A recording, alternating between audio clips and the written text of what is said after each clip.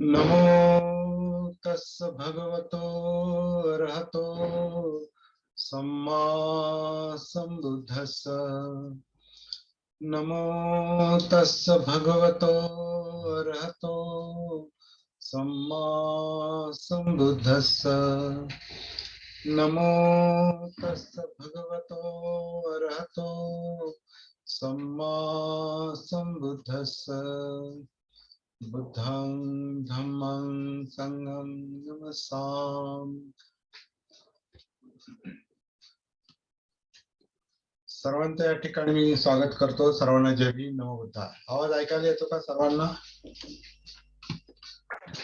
Okay. हा, आज आपण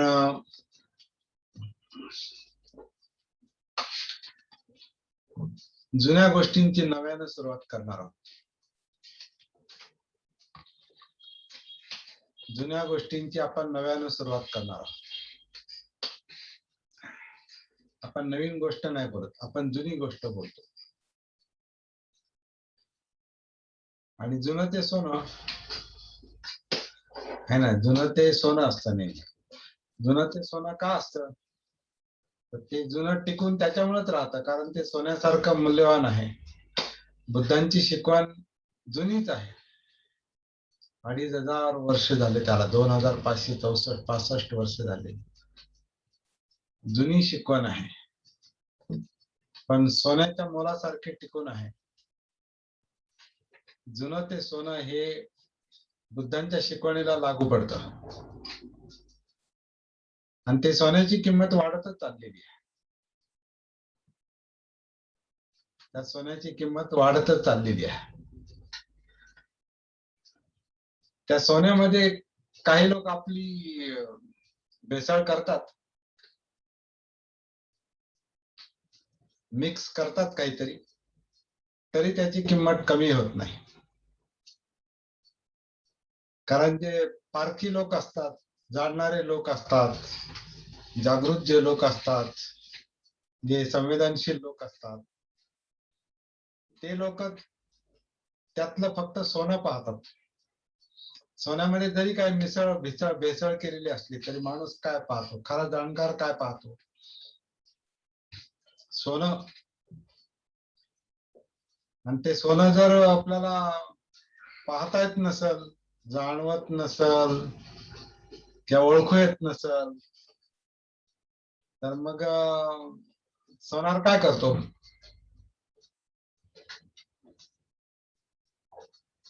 सोनं जर लक्षात नाही आलं, सोनं जर आपल्याला मिळालं नाही, मूळ सोनं, तेव्हा सोनार काय करतो त्या सोन्याचं? त्याच्यात भेसळ आहे, मिसळ आहे.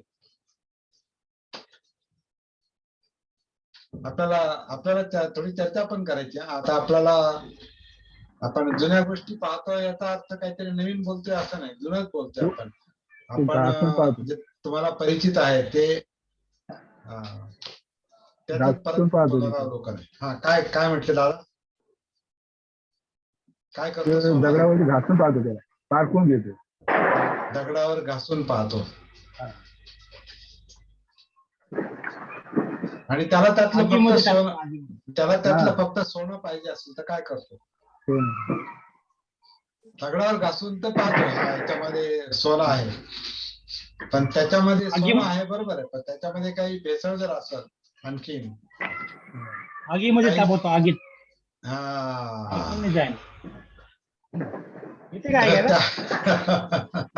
त्या सगळ्या सोन्याचं आणि मिसळ भेसळ काय असेल त्या सगळ्या करून टाकतो. त्याच्यामध्ये काय होतं, सोनं जे असतं ना ते किती तापमान असलं तरी ते वितळत नाही. बाकीचं सगळं त्याच्या खालच्या ज्या धातू असतात ते वितळायला सुरुवात होते, त्याची वाफ व्हायला सुरुवात होते, त्याची राख व्हायला सुरुवात होते, आणि शिल्लक राहतं ते फक्त सोनं. तसं 2535 वर्षामध्ये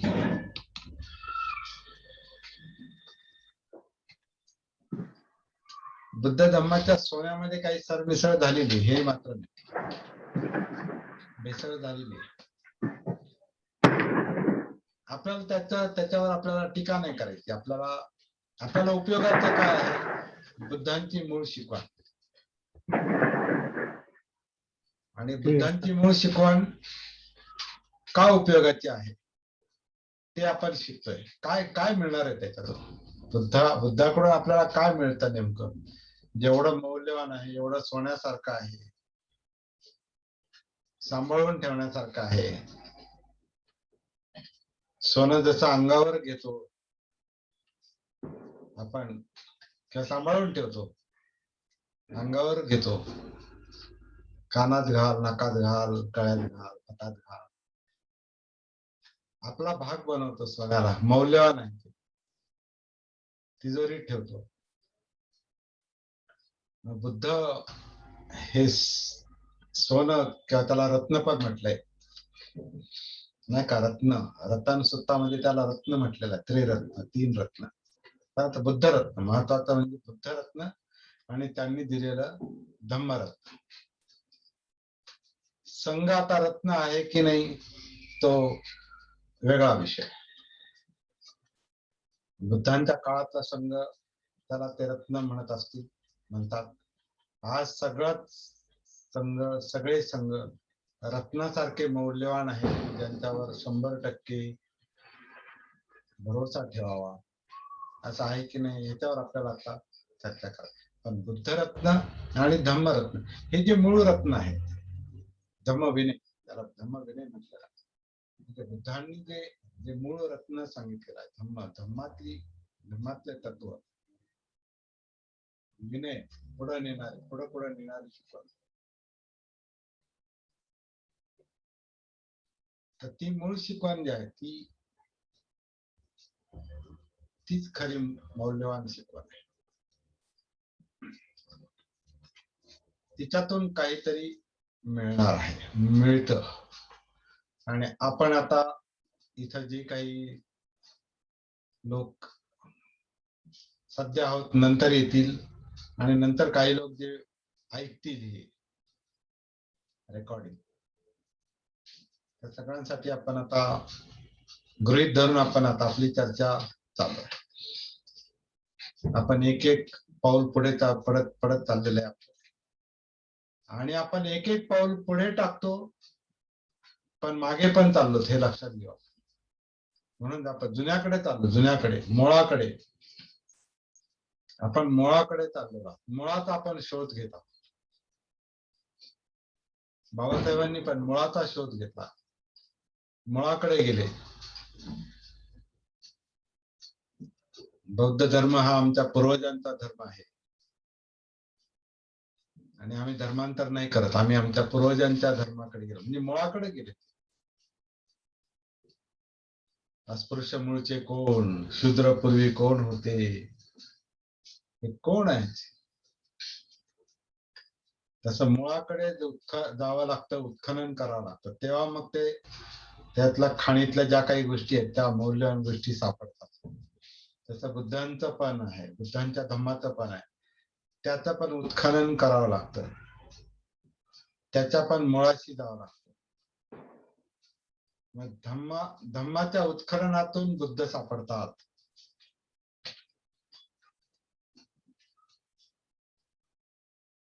धम्म म्हणजे सत्य आहे, जीवनात जीवन आहे. धम्म म्हणजे जीवनच आहे.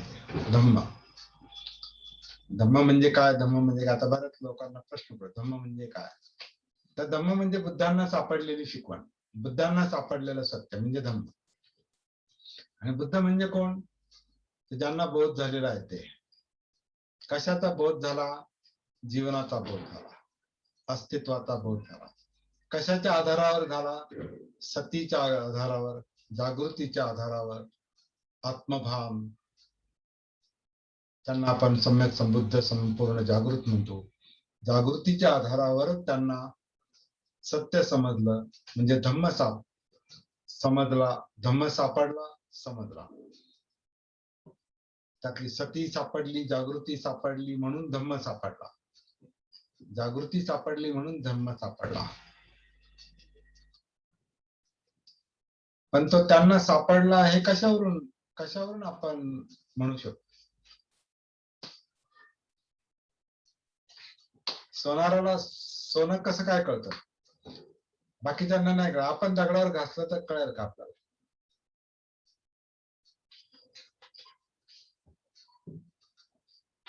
सुवर्ण पारख्याला सोनं समजतं. बुद्ध देखील कोणाला समजतं? सगळ्यांना नाही समजत. सगळ्यांना समजत असतं तर मग जगामध्ये बुद्धाच्या मागे येणाऱ्यांची रीग लागली असती. पण ते समजतच नाही. ते सोनं आहे हेच कळत नाही.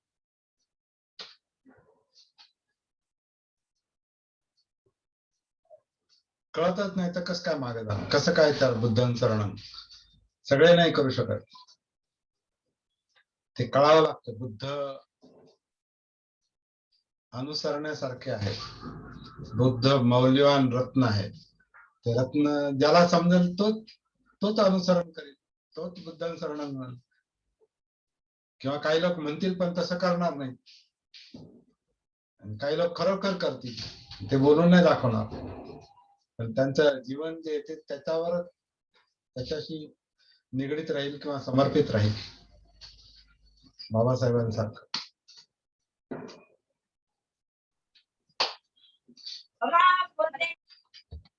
आपण मुळाकडे चाललेलो.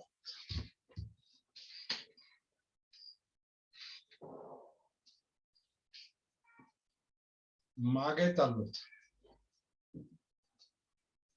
मागे चालत म्हणजे पिछाडीला चालत असं ना. मागे म्हणजे अधोगतीच्या अर्थानं मागे. मागे म्हणजे संशोधन, खोलात संशोधन.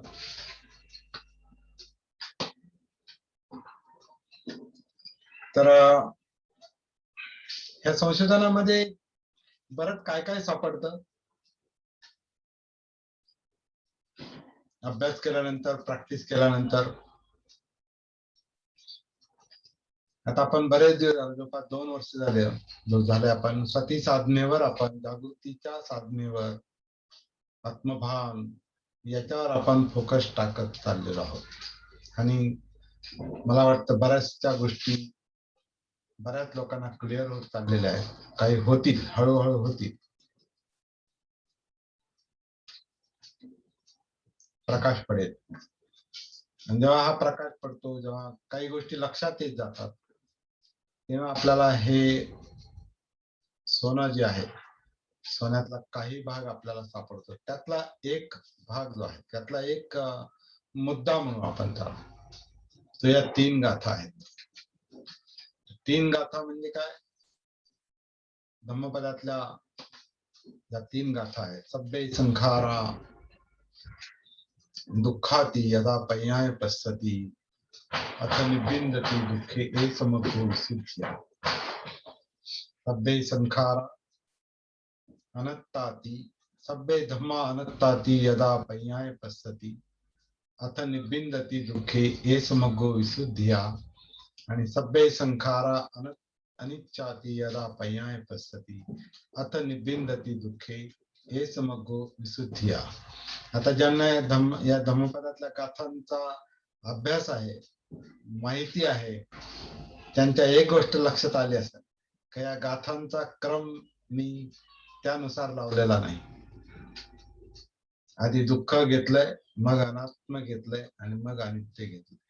दुःख, अनात्म, अनित्य. आणि हा आपल्या प्रॅक्टिसचा पण भाग आहे, तो आपण नंतर पाहूया. पण मूळ म्हणजे या 3 गाथा आहेत. आणि ह्या 3 गाथांना मी अस्तित्वाच्या किंवा जीवनाच्या संस्कारित अस्तित्वाच्या 3 गाथा म्हणतो.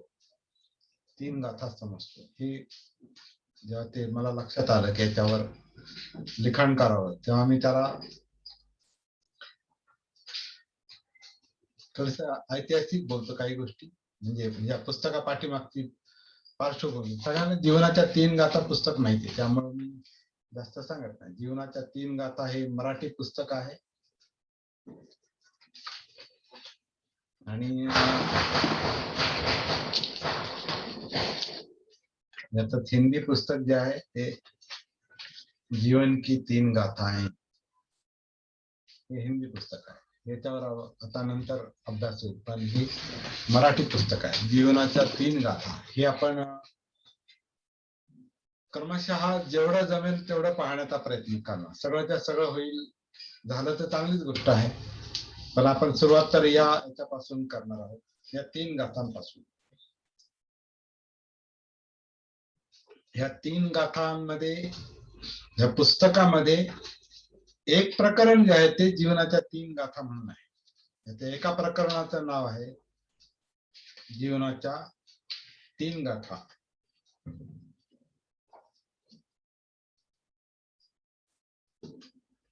आणि बाकीची प्रकरणं जी आहेत तो त्यातलं एक एक प्रकरण आपल्याला आता पाहायचं आहे. तर त्या एका प्रकरणाचं जीवनाच्या 3 गाथाचं नाव या पुस्तकाला देण्याची एक सूचना आल्यामुळं मी ते नाव त्याला दिलेलं आहे, जीवनाच्या 3 गाथा.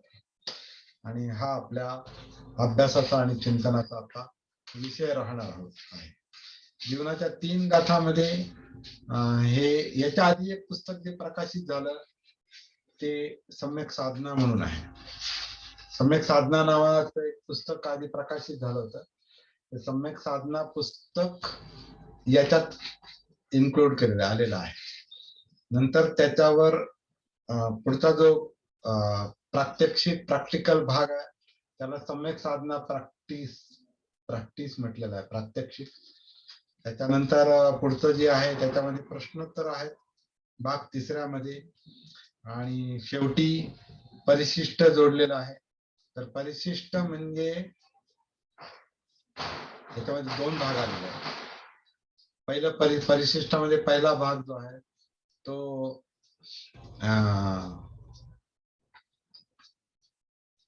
2007 ते 3-4 सालामध्ये सम्राट मध्ये लेख आला होता, हा छापून आला होता, सम्यक आनापानसती.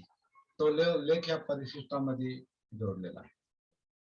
आणि त्याच्यानंतर हे जे आपलं आनापानसती सूक्त आहे, हे आनापानसती थोड्या वेगळ्या भाषेमध्ये किंवा थोडस बदल करून, म्हणजे बदल ह्याच्यात केलेला आहे. मूळ जे सूत्र आहे मध्यम निकाय मधलं त्यातलं सूत्र काही संपादित करून याच्यामध्ये टाकलेलं आहे शेवटी परिशिष्टामध्ये, आनापानसती सूक्त म्हणून. आणि त्याच्यातही आणखीन काही सुधारणा करून आपण हे आनापानसती सूक्त हे पुस्तक छापलेलं आहे, त्याच्यावर आपण अभ्यास केला, आता बराचसा अभ्यास केला. तर असं हे पुस्तक आहे. तर सम्यक साधनेलाच आता आपण सती साधना म्हणतो, हे लक्षात घ्या. सम्यक साधनेलाच आपण सती साधना म्हणतो. आणि सती साधना काय आहे याच्यावर आपण डिटेल चर्चा केलेली आहे. आता आपण या पुस्तकाच्या आधारे सती साधना म्हणजे जागृतीची साधना आणि ह्या गाथा यांचं एकत्रित करून याचा आपल्या जीवनाशी काय संबंध आहे याच्यावर आपण चिंतन करणार आहोत, विचार करणार आहोत, चर्चा करणार आहोत. तुमचं मत, तुमचा अनुभव मांडायची तुम्हाला या ठिकाणी पूर्ण मुभा असणार आहे. कारण यातल्या बहुतेकांनी हे पुस्तक पण वाचलेलं आहे, परंतु हे पुस्तक एकदा वाचून भागत नाही, मी आधीच तुम्हाला सांगितलं. मला सुद्धा परत परत वाचावं लागते. आणि आता काही जाणकार लोक असं म्हणतात की हे छोटस पुस्तक जे आहे याचा विस्तार केला तर हे खूप मोठं पुस्तक होऊ शकतं. असं हे पुस्तक आहे. ते याच्या पुस्तकाचं एवढं स्पष्टीकरण करण्याचं कारण काय, बुद्धांची शिकवणच अशी आहे, कारण त्याच्या आधारे सगळं लिहिलंय. बुद्धांची शिकवणच अशी आहे की तुम्ही एक धागा पकडला की दुसरा हातात लागतो, दुसरा पकडला की तिसरा हातात लागतो, तिसरा पकडला की चौथा हातात लागतो. असं करून तो धाग्यातला धागा मग ते सगळं जाळच हातात येतं. हे आपण लक्षात घ्या. किंवा आपण जेव्हा उत्खनन करतो, उत्खनन करताना काय होतं, आधी माती काढतो, मग आणखीन मुरुम लागतो, मग थोडासा कडक खडक लागतो, मग त्याला आपण खोदून काढतो, मग त्याला चुरून घेतो. मग ते सगळं करता करता करता आपण इतकं खोल जातो आणि खोलामध्ये एक एक गोष्ट आपल्याला सापडते, बऱ्याच गोष्टी आपल्याला सापडतात. जर जिथं आपलं उत्खनन चाललेलं आहे तिथं जर काही वर्षांपूर्वी, काही शतकांपूर्वी जर काही गोष्टी घडलेल्या असतील तर त्याचा पण शोध लागतो. आपल्याला माहिती आहे बरीचशी उत्खननं झाली आणि ह्याच्यामध्ये काही आपल्याला बौद्ध लेण्या सापडल्या, बौद्ध मूर्त्या सापडल्या, शहरं सुद्धा गाडली गेलेली शहरं अशी त्याच्या उत्खननामध्ये सापडलेली आहेत, म्हणजे त्याच्या वस्तू सापडलेल्या आहेत. म्हणजे हे उत्खनन ही गोष्ट अशी आहे की तुम्ही शक्ती लावून, वेळ देऊन, शक्ती लावून जर खरोखर शोध घेण्याचा प्रयत्न केला तर म्हणजे आश्चर्यचकित होऊ इतक्या गोष्टी आपल्याला सापडतात. तशी बुद्धांची शिकवण आहे. आणि याचा शोध घेण्याचं जे अर्थातच मुख्य जे माध्यम आहे ते आत्मभान आहे, जागृती आहे. आणि त्याच्यावर आपण खूप हे केलं. आता या जागृतीतून आपल्याला जीवनाच्या 3 गाथांचं अवलोकन करायचंय. कारण त्या जागृतीमध्ये, त्या जागृतीच्या प्रकाशामध्ये जे दिसणार आहे त्यातलंच ह्या 3 गाथा आहे किंवा सगळी बुद्धांची शिकवण आहे. त्यात आपण फोकस आपला फक्त ह्या विषयावर राहणार आहे. बाकीच्या गोष्टी येणारच आहेत त्याच्यात. जसं आता सुरुवातीला धम्मपद आलं आहे ना, धम्मपदाचा उल्लेख आला लगेच त्यातल्या 3 गाथा घेऊन. म्हणजे आता एक एक गोष्ट एका धाग्यातून दुसरा धागा, त्याच्यातून तिसरा, असं जाळच सापडेल. धम्माचं जाळच सापडेल, नेटवर्क सापडेल. आणि ते आपल्यामध्येच आहे. जागृतीला ते दिसणार. तर अशा जीवनाच्या 3 गाथाचा आपण त्या प्रकाशामध्ये अभ्यास करणार आहोत.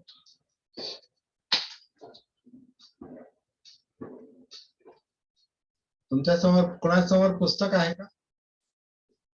अनिल, तुमच्यासमोर पुस्तक आहे का? नाही, तुम्ही बाहेर आहात नाही का? मी बाहेर आलेलो आहे, एमर्जन्सी होती म्हणून इथे आलो. अच्छा, ओके ओके. मी जायचं होतं पण एमर्जन्सी म्हणून दुसरीकडे आलो. धर्मराज, तुमच्या समोर पुस्तक आहे का? नाही, घेऊ का? घेऊ शकतो.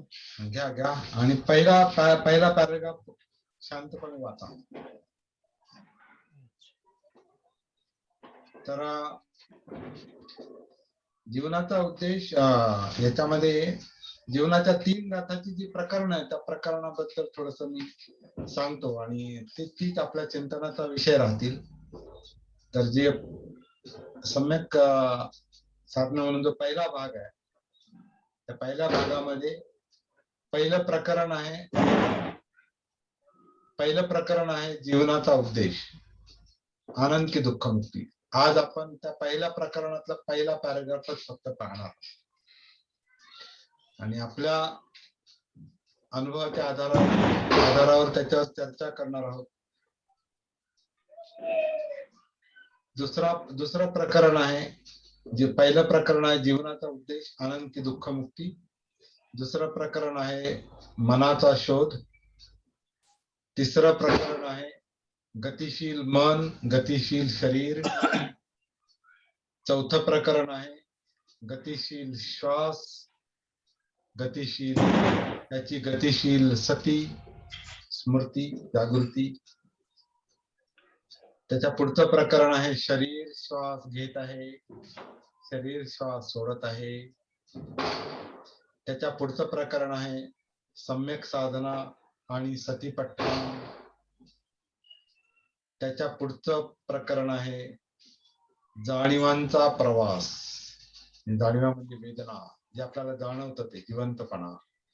तर ही सती साधना म्हणजे काय आहे किंवा सम्यक साधना किंवा आता आपण त्याला सती साधना म्हणतो. ही सती साधना काय आहे? जाणीवांचा प्रवास आहे. जाणीवा म्हणजे ज्याच्यातून बोध होतो त्याला जाणीवा म्हणतो आपण. जाणीवा, फिलिंग किंवा वेदना, जाणीवांचा प्रवास आहे. त्याच्यानंतरचं प्रकरण आहे जीवनाच्या 3 गाथा, जे नाव या पुस्तकाला दिलेलं आहे.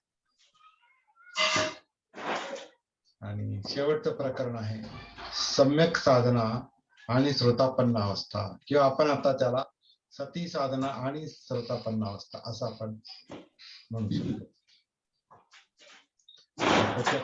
पुढचा जो भाग आहे तो प्रॅक्टिकल आहे, त्याच्याकडे आता आपण पाहणार नाही, किंवा हे सत्र चालू असताना त्यातला काही भाग येऊ शकतो, ते आपण नंतर पाहूया.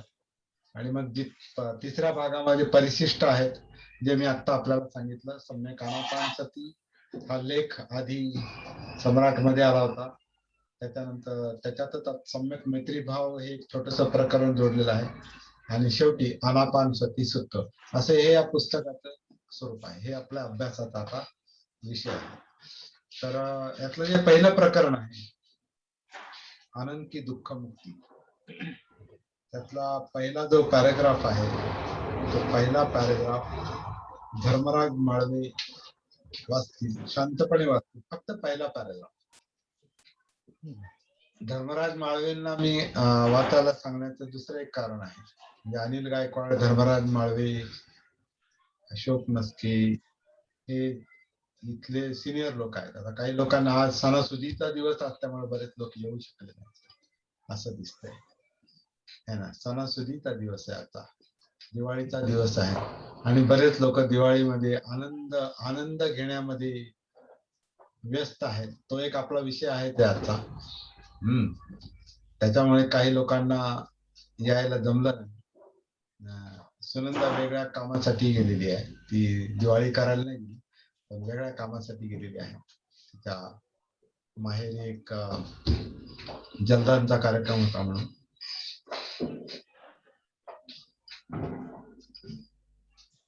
तर जेवढे लोक उपस्थित आहेत त्यातल्या बऱ्याचशा लोकांना हे पुस्तक माहिती आहे, वाचन केलेलं आहे. धर्मराज माळवेंनी हे पुस्तक त्यांचा पाठ आहे अक्षरशः. त्यांना जर आता म्हटलेलं असतं ना आपण पुस्तक नका घेऊ, असंच म्हणून दाखवा, तर ते असंच म्हणून दाखवू शकतात. त्यांचं अख्खं पुस्तक शब्द न शब्द पुस्तक त्यांचं पाठ आहे, आणि ते त्यांनी मला वाटतं 2दा लिहून काढले हाताने न पाहता. आणि त्यांनी आपले लेक्चर सुद्धा जे सती साधनेवरचे जे सत्र झाले ते सत्र सुद्धा काही काही त्यांनी लिहून काढलेले आहे. तर धर्मराज माळवे त्यांचं मला ओळख करून द्यायची होती. अहमदनगरचे आहेत आणि जवळचे मित्र आहेत, चांगले सगळे, तुम्ही सगळेच मित्र आहात, पण जास्त संपर्कात असलेले ते एक आहेत जास्त, कारण इथं नगरमध्ये राहतात म्हणून. तर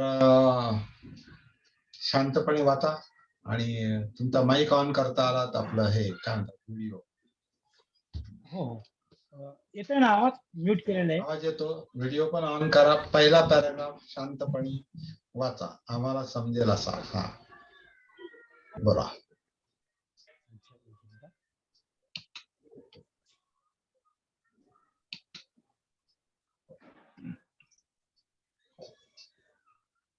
सर्वांना मैत्रीपूर्ण जय भीम.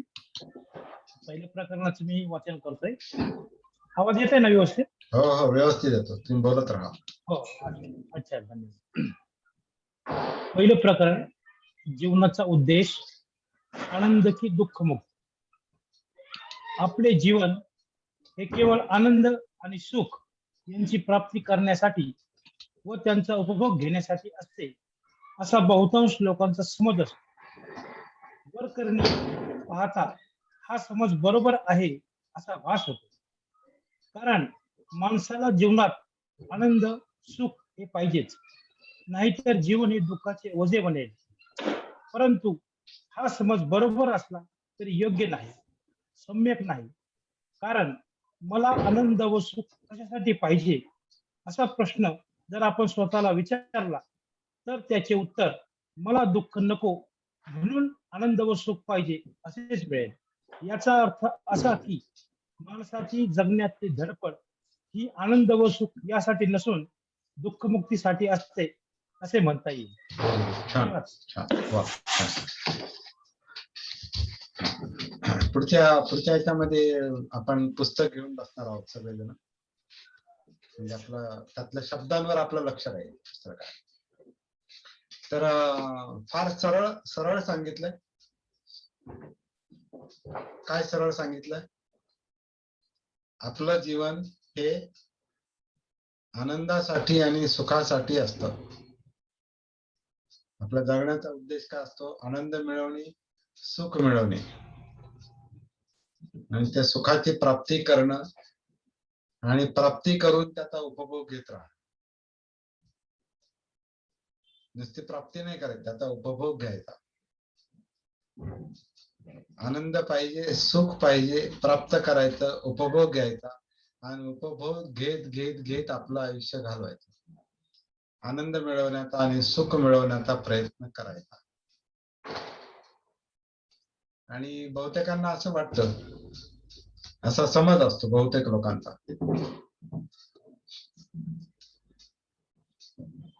असं आहे काय?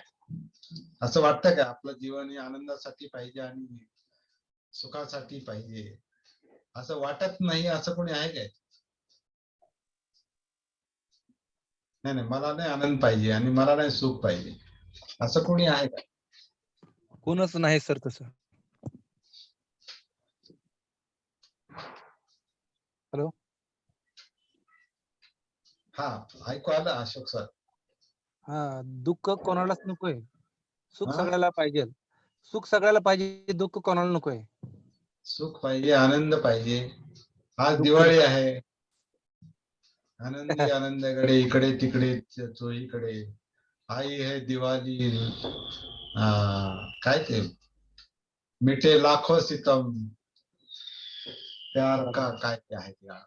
हा, दिवाळी, दीपोत्सव. दिवे लावा, हा, दिवाळी. घरोघर आज दिवे लावला, दिवे लावतात घरोघर आणि घरोघर घरोघर दिवे, लक्ष्मीचे पूजन आहे. घरोघर दिवे लागले बाहेर. आता मी 2-3 जणांच्या घरी गेलतो, तर आमच्या बहिणीनं पण करंज्या, लाडू वगैरे सगळे निवद दाखवले लक्ष्मीला आणि समोर त्या 251 रुपये ठेवले होते. असे बऱ्याच जागेवर प्रकार पाहिला मी. पैशाचे पूजन होत आणि दीप एक लावतात दीपक. काय पाहिजे लोकांना हे करून? काय पाहिजे असतं? सुख, लक्ष्मी, त्यांना आनंद मिळतो. लक्ष्मीचं पूजन, लक्ष्मी पाहिजे, पैसा पाहिजे. हा, पैशातून त्यांना आनंद मिळतो, सुख मिळतं. बरोबर. आणि हेच आपलं जीवन आहे असं प्रत्येकाला वाटतं, बहुतेकांना वाटतं.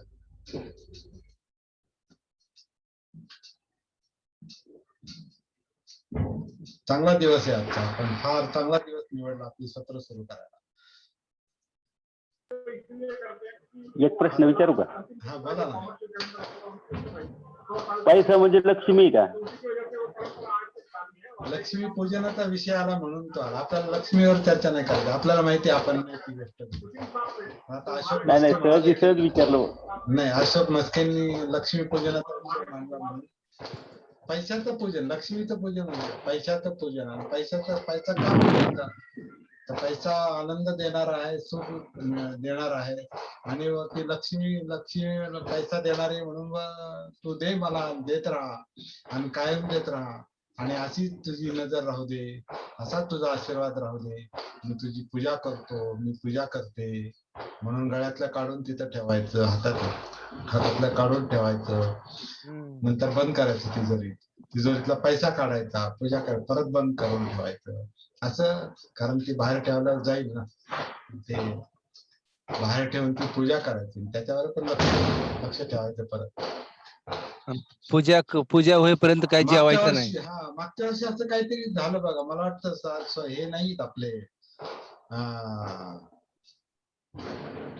देवटे सर, त्यांचा खाजगी मुद्दा आहे. त्यांनी असं काहीतरी सांगितलं होतं की असंच काहीतरी पूजनाला ठेवलं आणि ते केलं.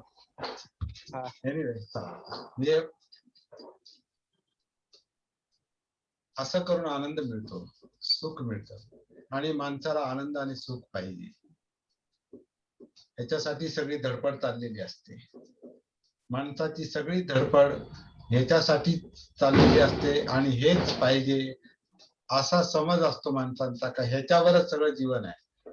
पैसा आहे तो सब कुछ है, पैसा असेल तर सगळं. आजचा पूजेचा हाच उद्देश असतो लोकांचा की लक्ष्मी पूजन, ह्याचं नावच लक्ष्मी पूजन आहे. म्हणजे गाडीला लोक लक्ष्मी मानतात, मोटरसायकलला गाडीला त्याची पण पूजा करतात. आता तुम्ही लक्ष्मी म्हणू नका, नाही तर तुम्हाला ते बोर्डेंना उत्तर द्यावं लागेल. ते तुम्हाला नाही मी विचार नाही, मी दुसऱ्याचं उदाहरण सांगतोय. नाही त्यांचं जे नाही, काय प्रकार घडाय घरामध्ये कुठे त्यांचं बोलतोय मी माझं नाही सांगत. हे तुम्ही तुमचं आणि माझं विषय एकच आहे ना, आपला विषय एकच आहे ना. अजून काय दिवाळी व्यतिरिक्त अजून काय काय आनंद आणि सुखासाठी काय काय असतंय? काय काय करतो आपण? पैसा तर पाहिजे. अजून काय काय पाहिजे? आनंद आणि सुखासाठी अजून काय काय पाहिजे? मोबाईल पाहिजे, मोबाईल पाहिजे, टीव्ही, गाडी. टीव्ही कपडे, पाहिजे, गाडी सर्वच पाहिजे. गोष्ट पाहिजे. जीवन आवश्यक सर्वच गोष्टी पाहिजे ना. अजून सांगा, एक एक सांगा. सर्व नका सांगू, एक एक सांगा. एक एक सांगा ज्याच्यातून सुख मिळतं.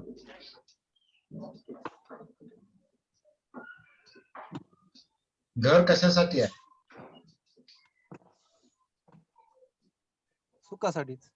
घरामधल्या वस्तू कशासाठी आहेत? सुखासाठीच म्हणता येईल ना. आपल्याला जी आवश्यकता आपण तेच गोळा करतो ना.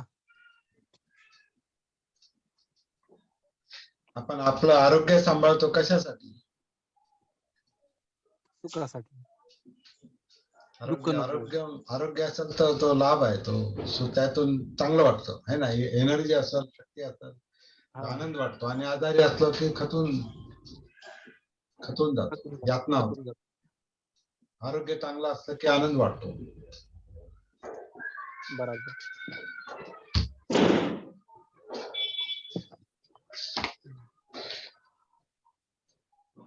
बघा, ज्याच्यामध्ये आपण राहतो, जगतो, त्या गोष्टी सुद्धा आपल्याला पटपट अशा आठवत नाहीत किंवा सांगता येत नाही. खरं म्हणजे त्याच्यासाठी सगळं चाललेलं असतं.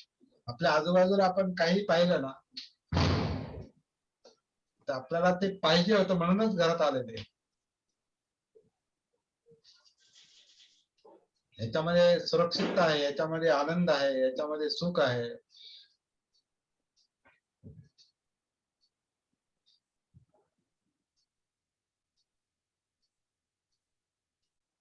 कर्नाटक, हे पाहिजे, उत्तराखंड, हिमाचल प्रदेश, मणिपूर आणि बिहार या राज्यांनी पाहिजेच. इंधनावरील मूल्यवर्धित कर कमी करण्याचा निर्णय घेतला. आता पुढचा प्रश्न त्याच्यात विचारला असा आलाय, काय सगळं कशासाठी पाहिजे बुवा? च्या माध्यमातून शेतकरी गट आणि शेती उत्पादकांनी शारीरिक, मानसिक आणि बाह्य दुःखातून मुक्तता मिळवणे. माणसाला जीवनामध्ये असं म्हटलंय, माणसाला जीवनात आनंद सुख हे पाहिजे आणि ही गरज आहे. कारण आनंद सुख नसेल तर मग जीवन हे दुःखात ओझं बनणार ना. दुःख नको आहे हे बरोबर आहे, म्हणजे आनंद पाहिजे हे बरोबर आहे, सुख पाहिजे. पण माणसाला आनंद सुख पाहिजे का दुःखातून मोकळं व्हायचंय, त्याच्यासाठी हे आनंद आणि सुख पाहिजे. हे नसतं तर काय होईल? ज्याच्यात सुख पाहतो ते जर नसलं तर काय होईल? दुःख. आणि ते नको आहे. दुःख नकोय. बरोबर. नकोय. मग ते नकोय म्हणून हा शोध आहे का ह्याच्यासाठी शोध आहे सगळा? म्हणजे आनंद सुखासाठी धडपड चालली का ते दुःख नकोय म्हणून याच्यासाठी धडपड चालली? दुःख नकोय म्हणून धडपड चालली. पण याचं भान आहे का, याची सती आहे का, याची जाणीव असते का आपल्याला, का हे जे काय मी करतो किंवा मी करते नाही, पूर्णपणे जाणीव नाही. ते कशासाठी चाललंय याचं भान असतं का, याची जाणीव असते का? कधी कधी म्हणजे सहज घडून जाते हे, म्हणजे या इच्छा, आकांक्षा, तृष्णा हे आनंद आणि सुख मिळवण्यासाठी सहज घडतं का आपल्याला माहिती नाही, आपण करत आलोय. बरोबर. जन्मल्यापासून आतापर्यंत 10 वर्ष, 20 वर्ष, 30 वर्ष, 40 वर्ष, 50 वर्ष, 60 वर्ष, माझं वय आता 66 सुरू आहे. 70-80 वर्षाचे लोक आपल्या संपर्कात आहेत सध्या. 85 वर्षाचे, 90 वर्षाचे अजून आनंद आणि सुख शोधतायत. बरोबर. मग जी गोष्ट आयुष्यभर केली, आनंद आणि सुखासाठी जी काही आयुष्यभर धडपड केली, 80-85 वर्षानंतर देखील अजून मिळालं नाही ते. असंच वाटतंय. अजूनही ती आतमध्ये पोकळी जाणवते. नाही बा, काहीतरी राहिले अजून. निसर्गात दडलेल्या अनमोल खजिन्यातून ते सगळं नाही मिळालं, काहीतरी राहिले अजून. सर त्यामुळे त्या 85-90 वर्ष धडपड केली तरी काहीतरी राहिलं. ती पोकळी त्यासाठी- जाणवते. म्हणजे तो तर प्रश्न आपण- तसाच राहिलाय. बरोबर. आनंद आणि सुखासाठी धडपड केली, त्याच्यासाठी सगळं काही केलं, सगळं काही उलाढाली झाल्या, पैसा मिळाला, घर बांधलं, संपत्ती मिळवली, व्यावहारिक गोष्टी सगळ्या केल्या, जन्म घेतला, मोठे झाले, शिक्षण घेतलं, नोकरी लागली, लग्न केली, मुलं बाळी झाली, मुलं बाळा मोठी झाली, त्यांची लग्न झाली, त्यांना मुलं बाळा झाली, नातवंडाचं तोंड पाहिलं. काही लोक परतोंडाचं तोंड पाहतात, काही लोक खापर परतोंडाचं तोंड पाहतात आणि तरी पण म्हणतात की काहीतरी राहिलंय, काहीतरी राहिले, काहीतरी कमी आहे. अच्छा, आहेत का तुमच्या आजूबाजूला लोक आहेत का? आपणच आहेत ना, आजूबाजूला कशाला, आपल्यालाच भान नाही ना. नाही, आपण 80च्या पुढचे सांगा. मी तुम्हाला 80च्या पुढच्याचा विचारतो. आपण तर आहोतच, आपण आहोत म्हणून तर आपण मानतोय. माणूस हा कधीच भानावर येत नाही आणि कधी सुखी नसतो त्याच्यामुळे. त्याच्यामुळे भानावर नसल्यामुळे तो कधीच सुखी नाही. आणि जर सगळी मला धडपड, आनंद, सगळी धडपड सगळी धडपड सुखासाठी त्यासाठी, चालली प्रत्येक आणि ते कधीच मिळत प्रत्येक सुखापाठीमागं दुःख आहे, किंवा आपण एखादी गोष्ट घेतली ती नाश पावणार आहे, तो कधीच विचार करत नाही, त्याला वाटतं अशीच राहिली पाहिजे. म्हणजे म्हातारपण मला लागले आणि माझे केस काळे करायचे, याचं ते भानच नाही. जाणूनच घेत नाही का माझे केस काळे होणार आहेत म्हातारपणात, तरी तो काळे करतो. हे खरं ते भानावर नसल्यामुळे या गोष्टी करतात. भानावर आल्यावर काय होईल, काय काय जाणवलं? भानावर जर आला तर तो म्हणणार म्हातारपणात माझे काही केस काळे होतात, हे पांढरे होतात, हे त्याच्या लक्षात आलं पाहिजे. मी एखादी गोष्ट, समजा घरात टीव्ही घेतला, हा टीव्ही कधी ना कधी बंद पडणार आहे, हे भानावर असलं पाहिजे, त्याला दुःख होणार नाही. समजा मी घर बांधलं तर घरी काही दिवसांनी जीर्ण होणार आहे, पडणार आहे, हे खरं त्याच्यातलं तत्व आहे ना, हे समजलं पाहिजे. हे जर त्याला समजलं तर तो दुःखी होणारच नाही.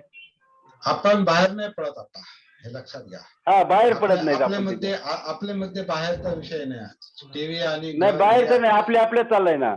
म्हणजे याच्यासाठी भानावर असलं पाहिजे ना प्रत्येकाने. नाही, आपल्यात म्हणजे आपल्या आतलं म्हणतो. आपल्या आपल्यात नाही चाललं, आपल्या आतलं चाललंय. आपल्या आत काय, आपल्या आतला विषय काय चाललाय, मनातला विषय काय चाललाय, जीवनातला विषय काय चाललाय, की आपलं जीवन हे आनंद सुख याच्या पाठीमागे पाळण्यात जातं. होय, करेक्ट. पण का ते असं का पळतं? ते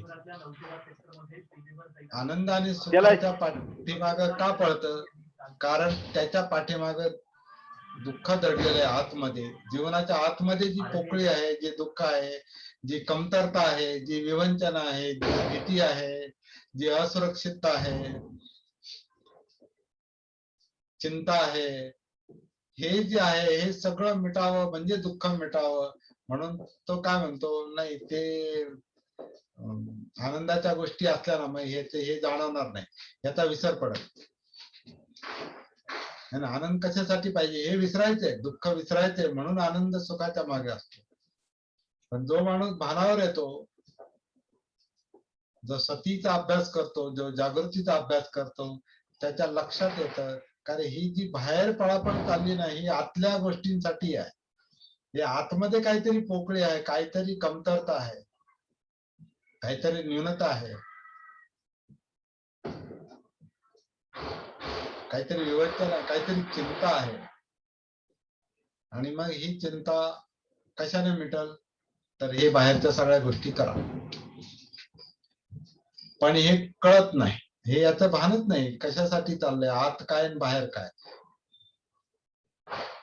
सती नसल्यामुळे, जागृती नसल्यामुळे, आणि ही अवस्था 90% आहे. आता हे मानसशास्त्र पण सांगतं, मनुष्य 90% अजागृत असतो, 85% अजागृत असतो, 95% काही काही लोक अजागृत असतात, आणि काही काही लोक तर 98, म्हणजे ते जे वेडसर लोक जे असतात ते तर पूर्ण 99%, 99.5% ते फक्त त्याला अर्धा टक्काच कळतं का भाकरच खाल्ली पाहिजे आणि कुठेतरी निवाऱ्यालाच बसलं पाहिजे.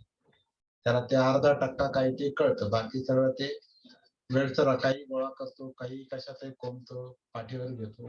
माहिती आहे ना, वेडा माणूस असतो का, चिंध्या गोळा करतो, कागद गोळा करतो, काय काय. खाताना मात्र जेवण खातो आणि सुरक्षित ठिकाणी, तर ते त्याला ते एक अर्धा टक्का कळतो. म्हणजे काही काही लोक 99.5% अजागृत असतात, भानावर नसतात.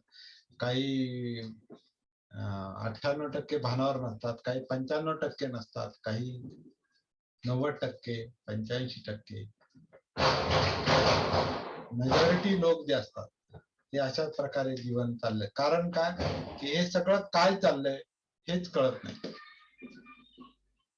फक्त आंतरिक प्रेरणा ज्या आहेत, इच्छा आकांक्षा ज्या आहेत, तृष्णा ज्या आहेत, पाहिजे आणि नको हे चित्त आहे. चित्त चित्त म्हणजे जे चेतवतं, पेटवतं, ते हे जे चित्त आहे, हे चित्त पाहिजे आणि नको या विषयाला घेऊन ते आपल्याला पेटवत राहतं.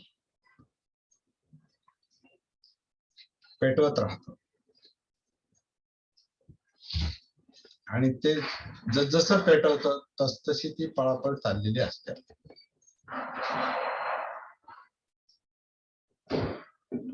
आणि याचं काहीच भान नाही, याचं काही कळत नाही. हे बरोबर आहे का? असं असतं का? असं आहे का? का कळतं, सगळं कळतं, आपल्याला जाणवतं? नाही नाही, कळत नाही ना, म्हणून ते होते ना, कळतच नाही. आपल्या अभ्यासाचा उद्देश हाच आहे बरं का. आपला हा अभ्यास करण्यापाठीमागचा उद्देश काय आहे, की आपलं जीवन कसं चाललंय, आनंद आणि सुखासाठी चाललंय, धडपड चालली, सुरक्षिततेसाठी. ती सुरक्षिततेसाठी धडपड याच्यासाठी चालली कारण सुरक्षित नाही. आनंद आणि सुख याच्यासाठी धडपड चालली कारण आपण आनंदी नाही, सुखी नाही, म्हणजेच काहीतरी कमतरता आहे, यातना आहे, दुःख आहे, चिंता आहे, काहीतरी प्रॉब्लेम आहे, म्हणून हे सगळं चाललंय. आणि हे सगळं करून पण ते प्रश्न जो आहे तो तसाच राहतो. जेव्हा आपण सती जागृतीचा अभ्यास करतो, भानावर येण्याचा अभ्यास, तेव्हा या सगळ्या गोष्टी आपल्याला एक एक गोष्टीची उकल व्हायला सुरुवात होते. म्हणजे जीवन लक्षात यायला लागतं, जीवन समजायला लागतं. आता जीवनाच्या 3 गाथा म्हणजे काय, आपण आता पहिली गाथा जे सभ्य संखारा दुःखाती, सर्व संस्कार हे दुःख आहेत. संस्कार म्हणजे जीवन, अस्तित्व, आपण सर्वजण, आणि प्रत्येक जैविक अस्तित्व, जो जिवंत प्राणी आहे तो, त्याला संस्कारित अस्तित्व. आणि बाकी पण गोष्टी ज्या जिवंत नाही त्या पण संस्कारित अस्तित्व आहे, पण त्यांच्यामध्ये दुःख यातना ज्या आहेत जिवंत प्राण्यामध्ये असतात, जिवंत माणसामध्ये असतात. आणि दुःखाशी संबंधित बुद्धांचा विषय आहे की सगळे संस्कार म्हणजे जीवन जे आहे हे दुःखच आहे, सत्य आहे. हे आपण आता पाहिलं का, चर्चेतून निष्कर्ष काय निघतो आपल्या, की पाठीमागचं जे सत्य आहे ज्याच्यासाठी सगळी धावपळ चाललेली आहे, त्याच्या पाठीमागची जी प्रेरणा आहे ती काहीतरी कमतरता आहे. आपल्याकडे पैसा नाही म्हणून तर पैशासाठी आपण धडपडतो ना. पैशासाठी आपण का धडपड करतो, कारण तो नाही नसल्यामुळे ती विवंचना जी निर्माण होते, म्हणून पैसा पाहिजे. आणि पैशानं आपण आपल्या गरजा भागवणार आहोत. अन्न वस्त्र निवारा, औषध पाणी, मोबाईल, सुरक्षितता, गाडी, सगळंच. पैसा त्याच्यासाठी पाहिजे, कारण तो नसला तर ह्या गोष्टी करता येणार नाही, आणि ह्या गोष्टी नाही केल्या तर आपल्याला यातना होते. म्हणजे यातना नको, दुःख नको, म्हणून हे सगळं करायची माणसाला आपोआपच प्रेरणा मिळते.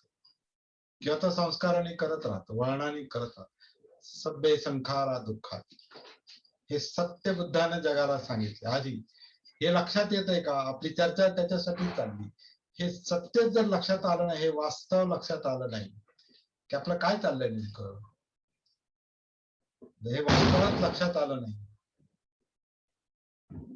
तर मग याचं काय करायचं या जीवनाचं? याला कसं यातनातून, दुःखातून, विवंचनेतून, चिंतेतून, तणावातून मुक्त करायचं हेच कळणार नाही. तर बुद्धांनी पहिली गोष्ट ही सांगितली की हे सत्य आधी लक्षात घेऊया. काही जीवन हे असं आहे, आपली जी पळापळ चाललेली आहे सुख आणि आनंदासाठी, सुरक्षिततेसाठी, त्याच्या पाठीमागचं कारण जे आहे का ते नाही. आनंद का? तर आनंद नाही. सुख का पाहिजे? कारण सुख नाही. सुरक्षितता का पाहिजे? कारण आपण सुरक्षित नाही.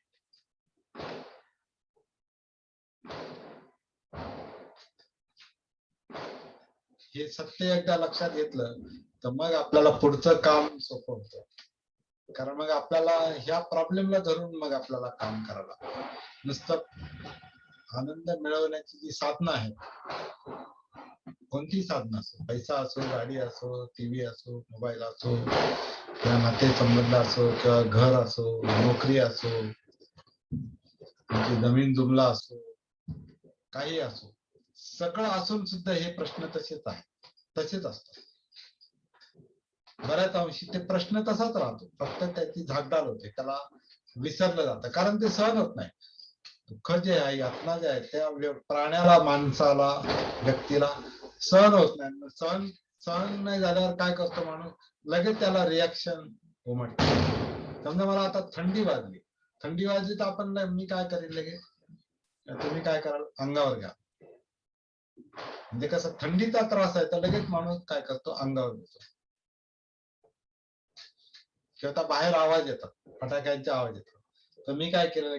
हे खिडक्या, दार हे ते बंद करून, तरी पण तो आवाज येतो, पण किमान तो त्रास नको किंवा ते रेकॉर्डिंग नको, म्हणून मी थोडस त्याला कंट्रोल केलंय. आपण काय करतो? याच्यापासून वाचण्यासाठी आपण ते करतो, बाहेरच्या गोष्टी ज्या काही करतो त्या आतल्या त्रासामुळे करतो.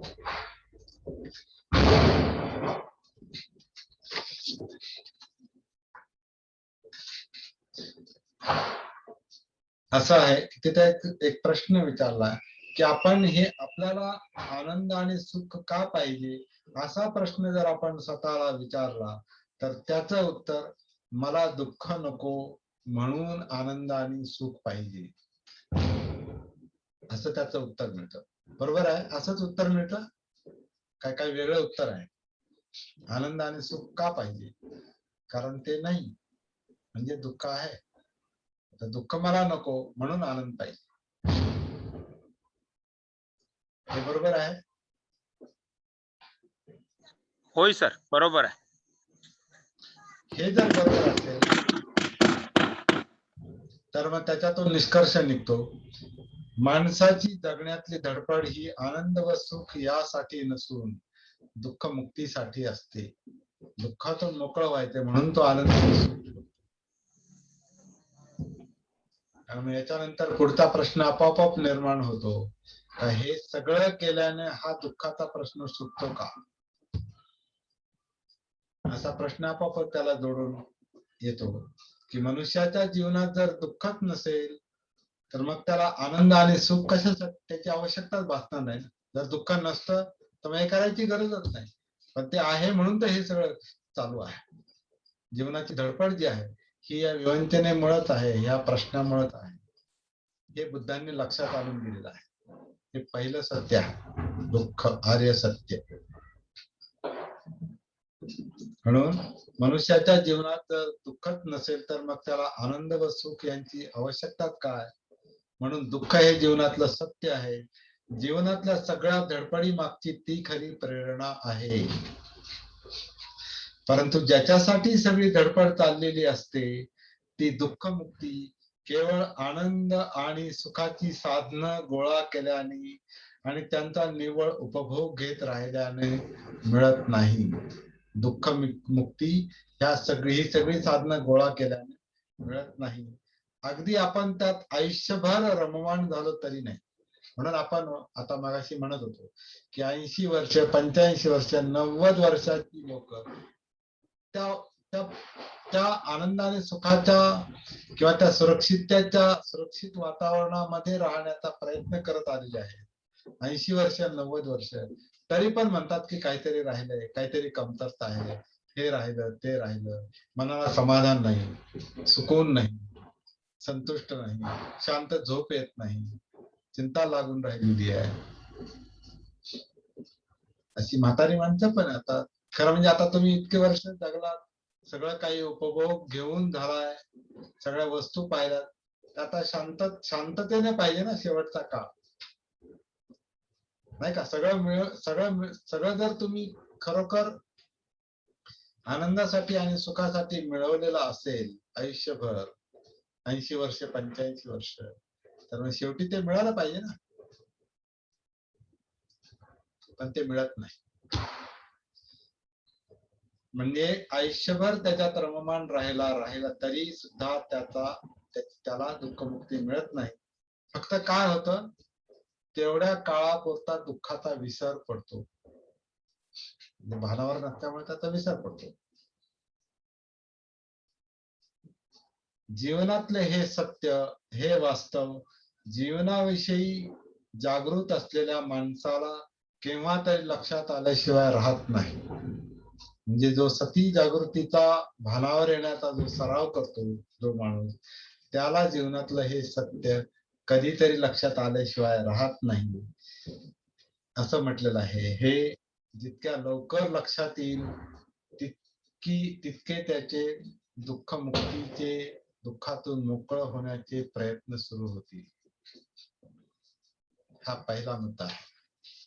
जोपर्यंत आपल्याला आपला प्रश्न लक्षात येत नाही, आपलं पुढचं काम सुरूच होत नाही.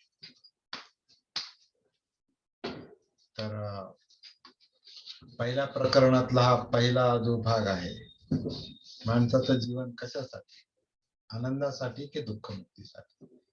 माणसाला आनंद नाही पाहिजे, माणसाला दुःखमुक्ती पाहिजे. आणि ती कशी मिळेल हाच सगळा आपला प्रयत्न असणार आहे, असला पाहिजे. या वास्तवाला अनुसरून तथागत बुद्धांची शिकवण ही 4 सत्यांच्या आधारावर उभारलेली आहे. 4 सत्यांच्या अनुभवावर बुद्धांची शिकवण उभी आहे. 4 सत्य कोणते? दुःख आहे, हे आपण आता चर्चेतून पाहिलं. दुःख आहे हे सत्य, हे आपण स्वीकारलं पाहिजे. हे स्वीकारलं नाही तर मग त्याच्यातून मोकळं होण्याचा प्रश्नच नाही. आणि हे स्वीकारू कधी? त्याचं भान आलं तर, त्याची जागृती असेल तर मग त्याच्यातून आपण बाहेर पडण्याचा प्रयत्न करू. परंतु ते जाणवलंच नाही, म्हणजे जोपर्यंत आपण जागृतीचा सतीचा अभ्यास करत नाही तोपर्यंत ह्या गोष्टी लक्षात येत नाही. हा काय आपण फक्त अभ्यास करत नाही, हे आपण काय पाहतो, वास्तव म्हणून याच्याकडे पाहतो. जीवनातले अनुभव, दुःख आहे हे सत्य आहे, हा बुद्धांच्या शिकवणीचा आनंद बिंदू आहे. दुःख सत्य समजल्यानंतर मग पुढचे 3 सत्य जे आहेत, त्या दुःखाला काहीतरी कारण आहे आणि या कारणातून बाहेर पडलं की माणूस दुःखातून, यातनांमधून सुद्धा बाहेर पडेल. आणि ते कसा बाहेर पडू शकतो याचा मार्ग म्हणजे धम्म आहे, म्हणजे अष्टांग मार्ग आहे, किंवा सतीपट्ठाण सूक्त आहे, किंवा जीवनाच्या 3 गाथा आहेत, दुःखानाथ, माने, अनित्यानाथ. हे सगळं हे जे मार्ग आहे दुःखातून मुक्त होण्यासाठी, त्यामुळे यातला मुख्य जो भाग आहे तो फक्त आनंद आणि सुखासाठी फक्त भटकंती करण्याऐवजी ती गरजा म्हणून आपण त्या भागवल्या नाही. कारण गरजा नाही भागवल्या जीवन सुरक्षित नसेल, अन्न वस्त्र निवारा नसेल, गरजेच्या वस्तू नसतील, काही कॉम्प्युटर आहे, नेट आहे, आणखी हे जर नसेल तर आपल्याला हे सत्र घेता येणार नाही. म्हणजे ही गरजेची गोष्ट आहे, हे आपल्याला करावं लागतं. परंतु ह्याच्यात मी आनंद शोधू शकत नाही. हा हे असलं म्हणजे झालं, मला काही नाही पाहिजे असं होऊ शकत नाही. कित्येक वेळा आपण पाहिलं आपले सत्र चालू आहेत आणि मध्येच लाईट गेली, आपलं बोलणंही थांबलं, आपलं रेकॉर्डिंगही थांबलं आणि आपल्याला पुढचं सगळं काम थांबवावं. म्हणजे याचा अर्थ असा की ह्याच्यावर आपण अवलंबून राहू शकत नाही. जोपर्यंत आहे तोपर्यंत आहे, पण हे गरजेचं आहे. पण ह्याच्यात मी आनंद आणि सुख शोधू शकत नाही, हे आपल्याला हळूहळू जागृतीमुळं लक्षात येतं, सतीमुळं लक्षात येतं. हा आपला पहिला मुद्दा आहे.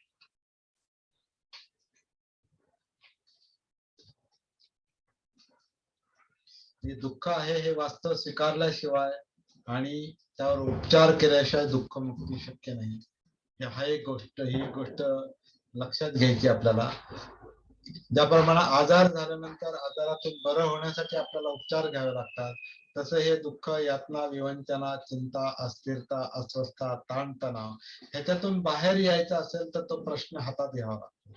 म्हणजे त्याच्याकडे वळावं लागतं. जे आपण आनंद आणि सुखाच्या उपभोगामध्ये आपण जे जीवन व्यतीत करायचा प्रयत्न करतो, त्याच्यातून वेळ काढून आपण स्वतःकडे वळालं पाहिजे, भानावर आलं पाहिजे, सतीमध्ये आलं पाहिजे, जागृतीपूर्वक स्वतःकडे पाहिलं पाहिजे, सत्याकडे वळालं पाहिजे, प्रश्नाकडे वळालं पाहिजे. प्रश्नाकडे वळालो तर प्रश्न सुटतो, दुःखाकडे वळालं तर दुःखमुक्ती शक्य आहे. दुःख झाकून ठेवलं आणि आनंद आणि सुखाच्या वस्तूंमध्ये रमत राहिलो किंवा विषयांमध्ये रमत राहिलो, डोळे, कान, नाक, जीभ, त्वचा हे जे आपल्याला व्यस्त ठेवतात त्या विषयांमध्ये, ह्याच्यामध्ये रमत राहिलो तर त्यांनी काही आपला विषय, दुःखाचा विषय, यातनांचा विषय संपत नाही. तो विषय तसाच राहतो आणि तो प्रश्न सोडवणं हे आपलं मुख्य काम आहे. दुःख ही अप्रिय आणि सहन न होणारी बाब असल्यामुळं ती स्वीकारायला आपल्याला जड जातं, हे पण एक सत्य आहे. कारण दुःखाकडे आपण काय आनंदाने पाहत नाही कधी, नाही का. आपल्या जीवनातले जे प्रश्न आहेत ते काय आपण आनंदाने चला मी दुःखाकडे वळतो असं आनंदाकडे जितका पटकन धाव घेतो, तितका दुःखाचा प्रश्न सोडवण्याकरता स्वतःकडे वळून तो त्याच्यात उतरत नाही. कारण ते अप्रिय आहे, ते सहन नाही होत. दुःख, यातना सहन होत नाही. परंतु प्रश्न असा आहे की ते सहन होत नाही म्हणून त्याला जर नाकारलं तर तो प्रश्न तसाच राहतो. आपण आजारी आहोत हे जर नाकारलं तर आजार तसाच राहतो, उलट तो वाढत जाईल, क्रॉनिक होईल, मोठा होईल, असाध्य होईल आणि मग त्याच्यामुळे मृत्यू ओढवत. म्हणून आजाराकडे पाहावंच लागतं, उपचार करावाच लागतो. त्याप्रमाणे दुःखाकडे, यातनांकडे पाहिलं पाहिजे, त्याचं स्वरूप समजावून घेतलं पाहिजे आणि त्याच्यासाठी त्याच्याकडे वळालं पाहिजे. त्याची सती, त्याचं भान, त्याची जागृती ठेवली पाहिजे.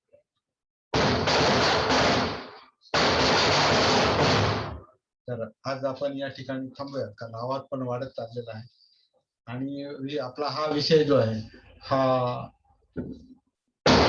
तात्पुरता आपण या ठिकाणी शेवटापर्यंत आणलेला आहे. तर याच्या शेवटापासून पुढची आपली सुरुवात आहे, पुढच्या सत्राची सुरुवात. काय हे जर सत्य आहे, हे जर लक्षात आलेलं असेल तर आता याच्यासाठी काय करायचं हा आपला पुढचा प्रश्न असणार आहे. कोणाचा काही प्रश्न असेल तर त्यांनी किंवा चर्चा करायची असेल तर त्यांनी माईक ओपन करावा आणि आपले अनुभव सांगावे.